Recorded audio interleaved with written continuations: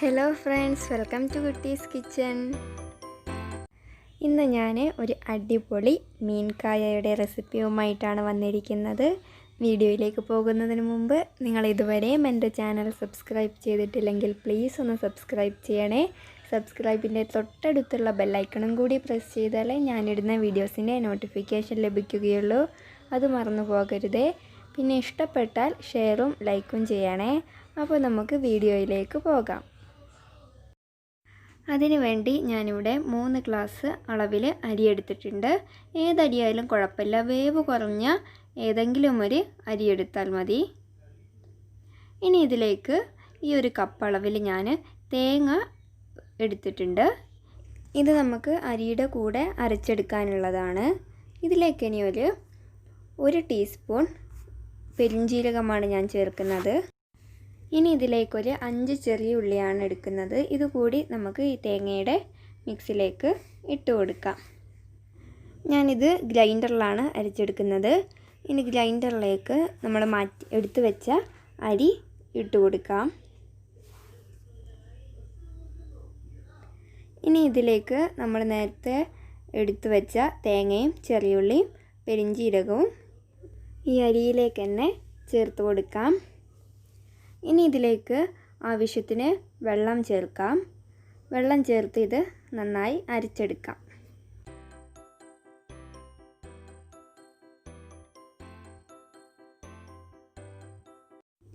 ഇനി ഇതിലേക്ക് ഉപ്പ് ചേർത്ത് കൊടുക്കാം. ഞാനിവിടെ കല്ലുപ്പാണ് എടുത്തിട്ടുള്ളത്.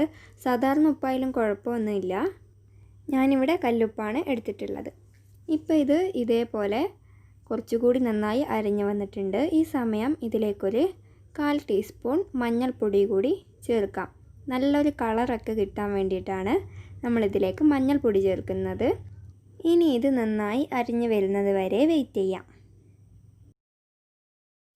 ഇപ്പോൾ ഇത് നന്നായി അരിഞ്ഞു വന്നിട്ടുണ്ട്. ഇപ്പോൾ കാണുമ്പോൾ തന്നെ അറിയാം, ഇതിപ്പോൾ നന്നായി അരിഞ്ഞു വന്നിട്ടുണ്ട്. ഇപ്പോൾ കണ്ടോ, നമ്മൾ നേരത്തെ ചേർത്ത മഞ്ഞൾപ്പൊടിയുടെ കളറൊക്കെ ഇതിൽ നന്നായി വന്നിട്ടുണ്ട്. ഇതിനി ഓഫ് ചെയ്ത് കൊടുക്കാം. ഇതിപ്പോൾ ഞാനൊരു കോട്ടൻ്റെ തുണിയിലിട്ട് ഇതിലെ വെള്ളമൊക്കെ ഒന്ന് എടുത്ത് മാറ്റിയിട്ടുണ്ട്. ഇപ്പോൾ നമുക്കിത് ഈ അരിൻ്റെ മാവ് നന്നായി ഡ്രൈ ആയി കിട്ടിയിട്ടുണ്ട്. ഇതേപോലെയാണ് നമുക്ക് മാവ് കിട്ടേണ്ടത്. ഇനി ഇതിലേക്ക് മീനാണ് ആവശ്യം. ഞാനിവിടെ ഏകദേശം ഒരു 15ഓളം മീൻ എടുത്തിട്ടുണ്ടാവും. ഞാനിവിടെ മത്തി മീനാണ് എടുത്തിട്ടുള്ളത്.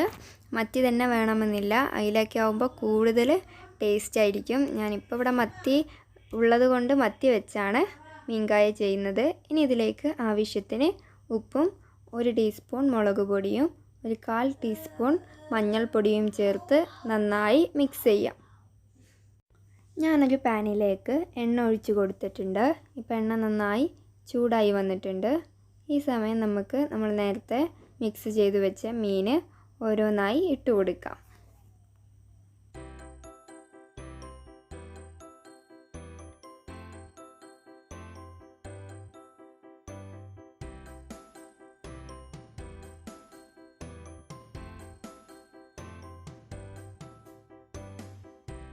നമ്മുടെ മീൻ ഫ്രൈ ആയി വരുമ്പോഴേക്കും നമുക്കിതിലേക്കുള്ള മസാല തയ്യാറാക്കാം. അതിനുവേണ്ടി ഞാനൊരു അരമുറി തേങ്ങ എടുത്തിട്ടുണ്ട്. ഇതിനി മിക്സിയുടെ ജാറിലേക്ക് ഇട്ട് കൊടുക്കാം.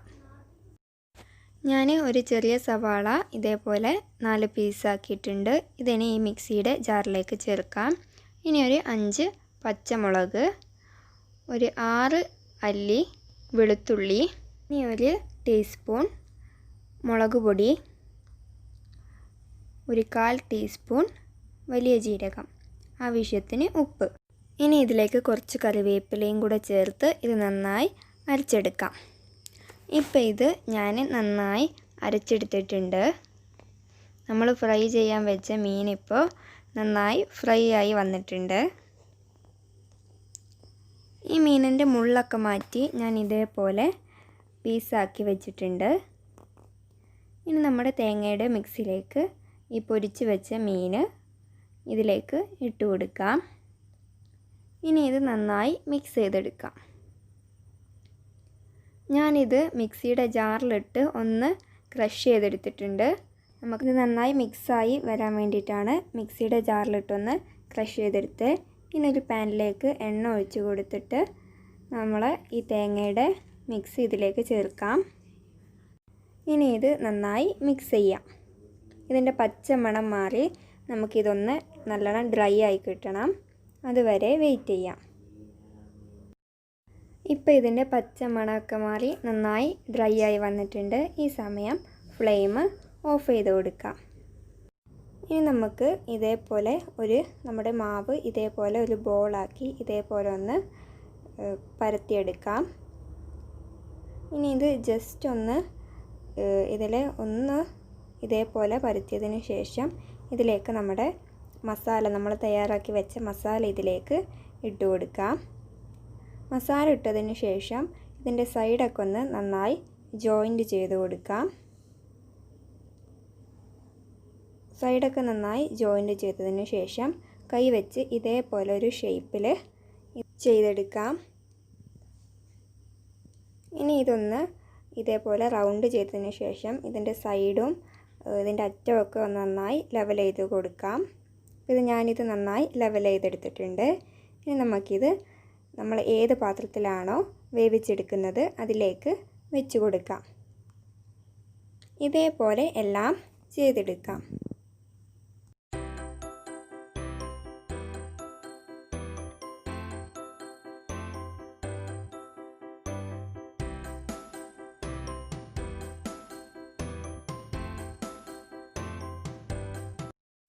ഞാനിത് എല്ലാം ഇതേപോലെ ചെയ്തെടുത്തിട്ടുണ്ട്. ഇനി ഇത് ആവിപ്പാത്രത്തിൽ വെച്ച് നമുക്കിത് നന്നായി വേവിച്ചെടുക്കാം. ഇപ്പം ഞാനൊരു ഏകദേശം 25-30 ആ ഒരു ടൈമിനുള്ളിൽ ഇത് നന്നായി വെന്ത് വന്നിട്ടുണ്ട്. ഇപ്പോൾ ഇത് സൂപ്പറായി റെഡിയായി വന്നിട്ടുണ്ട്. വേണമെങ്കിൽ നമുക്കിത് ഇതേപോലെ തന്നെ കഴിക്കാം. ഞാനിപ്പോൾ ഇതൊന്ന് ഫ്രൈ ചെയ്തെടുക്കുന്നുണ്ട്. നമുക്ക് ഫ്രൈ ചെയ്യുന്നത് എങ്ങനെയാണെന്ന് നോക്കാം.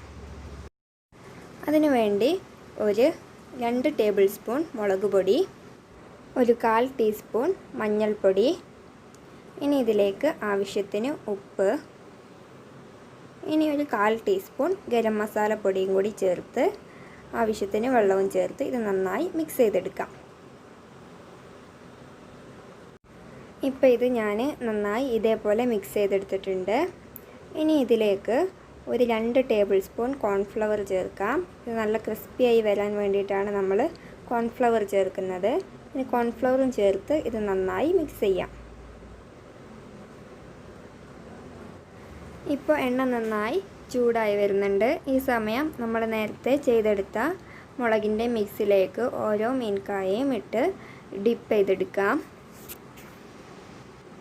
ഇനി ഇത് നമ്മുടെ എണ്ണയിലേക്ക് ഇട്ട് കൊടുക്കാം.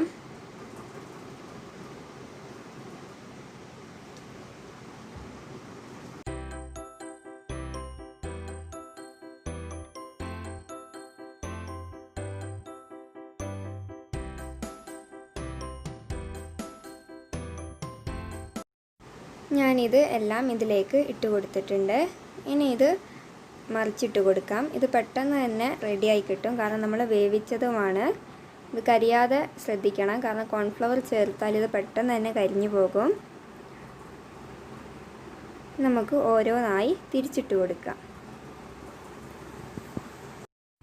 നമ്മൾ നേരത്തെ തയ്യാറാക്കി വെച്ച മുളകിൻ്റെ മിക്സിലേക്ക് ഞാൻ കുറച്ചുകൂടി മുളക് പൊടി ചേർത്ത് കൊടുത്തിട്ടുണ്ട്.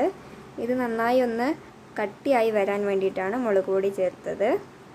ഇപ്പോൾ ആദ്യം നമ്മൾ ഇട്ട ഈ മീൻകായ ഇവിടെ റെഡിയായി വന്നിട്ടുണ്ട്. ഇനി ഇത് എണ്ണയിൽ നിന്ന് എടുത്തു മാറ്റാം.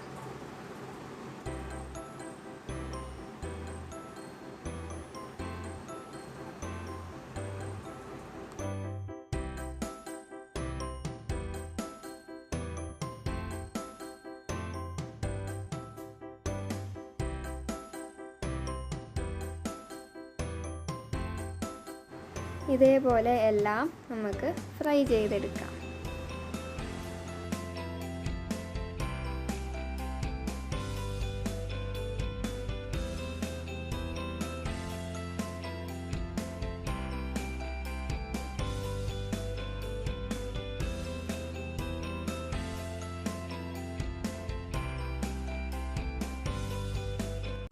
അപ്പോൾ നമ്മുടെ ഈ ടേസ്റ്റി ആയിട്ടുള്ള മീൻകായ ഇവിടെ റെഡി ആയിട്ടുണ്ട്.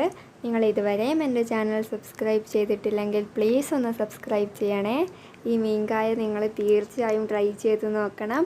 ട്രൈ ചെയ്ത് നോക്കിയതിനു ശേഷം മറക്കാതെ എന്നെ ഫീഡ്ബാക്ക് അറിയിക്കുകയും ചെയ്യണം. അടുത്തൊരു അടിപൊളി വീഡിയോയുമായി ഞാൻ വരുന്നത് വരേക്കും എല്ലാവർക്കും ബായ്.